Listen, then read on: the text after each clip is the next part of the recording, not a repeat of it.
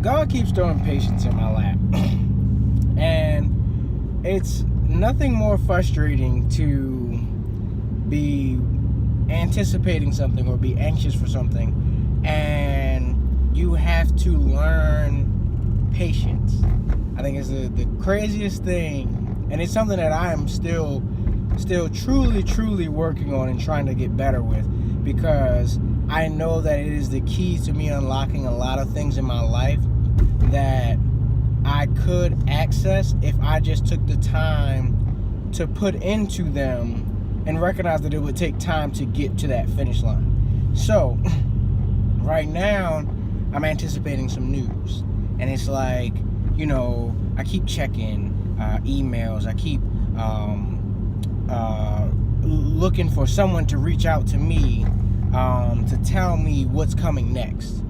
And it's like, why do I keep looking for those things when I should just be relying on the faith and where my help comes from? So that brings me to my scriptural reference, 2 Corinthians 5 verse 7, where it states simply, "For we walk by faith, not by sight."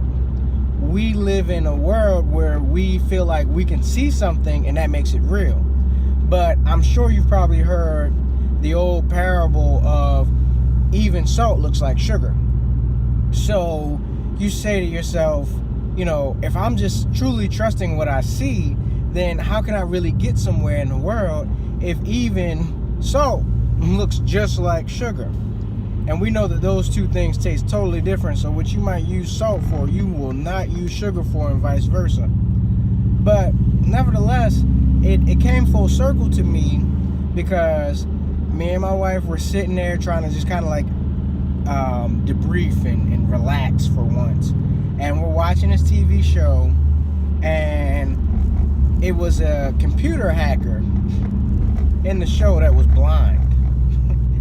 And we both kind of looked at each other as the show, was revealing more about this specific character.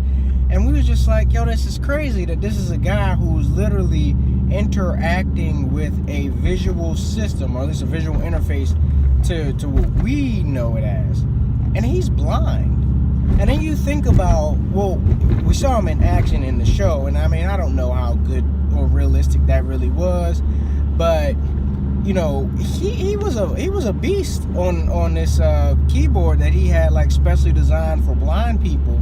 So if someone who is blind and uses computers, or something about that, please let me know, because I would love to know more about how that works. But nevertheless, what I'm getting at is, you have all these people who don't have physical sight, yet they are phenomenal in the things that they do. I mean, a lot of them are fictional. You say, like, this guy from this TV show, this was fiction. This guy, Daredevil, for example, is a superhero who uses heightened senses to fight crime. But then you have, your common ones that most people could, household names, Stevie Wonder, Ray Charles. These guys are blind, and they're playing piano, and, they're doing these masterful things. And they have this faith in their own abilities, because they can't physically see anything. So why don't we have faith in God the same way? And for me, it's a wake-up call to say, Nick, you gotta be more patient, because God is a thing that you can't see, but he's always there for you. So I would beckon you today to consider, what is something in your life that you can't see, but that you should be trusting God to deliver on. So right now, I'm just going to continue to seek him in prayer and release that anxiety on him, because we should cast our burdens on the Lord, which is easier said than done, because I am honestly still growing in my own spiritual walk. So that's why I'm far from perfect, but I'm trying.